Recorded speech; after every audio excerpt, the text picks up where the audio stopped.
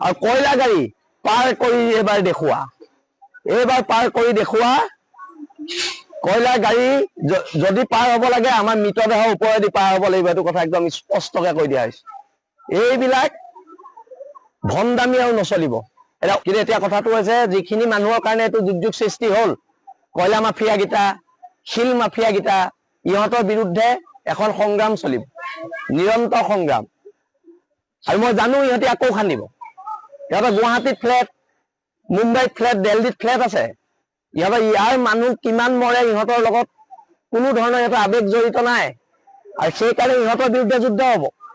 যিহেতু যুঁজিব লাগিব শিৱসাগৰৰ মানুহখিনিৰ কাৰণে, আৰু যদি এবাৰ শিৱসাগৰক উদ্ধাৰ কৰিব নোৱাৰো তাতকে মৃত্যুৱে শ্ৰেষ্ঠ। আৰু এতিয়া যুঁজখন চৰকাৰে নোৱাৰে বুলি আমি গম পালো, কাৰণ আমাৰ ক্ষয় ক্ষতি 20,000 কোটি টকাৰ ওপৰত হৈছে। মানুহবোৰে চৰকাৰে কথাবোৰ বুজি পাইছে নাই পোৱা মই বুজি পোৱা নাই। ONGCয়ে কেইখনমান স্কুল বনাই নিজৰ যদি দায়বদ্ধতা আঁতৰি যাব বিচাৰিছে, নহ'ব। নাটকবাজি কৰিব দিয়া নহ'ব ONGCক। স্কুল আমি বনাই দিম, স্কুল আমি বনাই দিম। তোমালোকে ক্ষতিপূৰণ দিয়া 5,000 কোটি টকাৰ, 5,000 কোটি ONGC। আৰু ONGC ED ক'ত আছে? ONGC ED এতিয়া এবুকু পানীত সোমাই বন্যাত্য সহায় কৰি থাকিব লাগিছিলে। এই আশ্ৰয় শিবিৰৰ পৰা কেইবা লাখ মানুহলৈ আমি ৰিলিফ পঠিয়াইছো, কিন্তু কয়লা মাফিয়াই এটা বন খুৱাইছে মানুহক, ব্ৰেডৰ পেকেট এটা আধা কৰি দিছে, আমি খবৰ পাইছো। এইবিলাক নচলিব।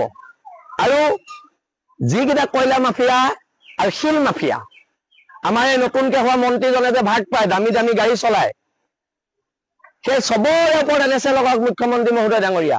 আপোনাৰ সততাৰ পৰিচয় দিয়ক, আপোনাৰ জাতীয়তাবাদৰ পৰিচয় দিয়ক। আমি শিৱসাগৰীয়া, স্বাভিমানী শিৱসাগৰীয়া। গোটেই অসমৰ সহায়ৰ বাবে যদি অসমৰ অৰুণাচলৰ মানুহে আমাক সহায় নকৰিলেহেঁতেন, 10,000 ওপৰ মানুহ খাবলৈ নেপাই মৰিলেহেঁতেন। আৰু এইবিলাক ফটো আমি নচলিব। ONGC EDৰ গুণ্ডামি শিৱসাগৰত নচলিব, বহিৰাগত মানুহৰ গুণ্ডামি ইয়াত আমি কৰিব নিদিম। গুণ্ডামি এইটো একদম স্পষ্ট কথা।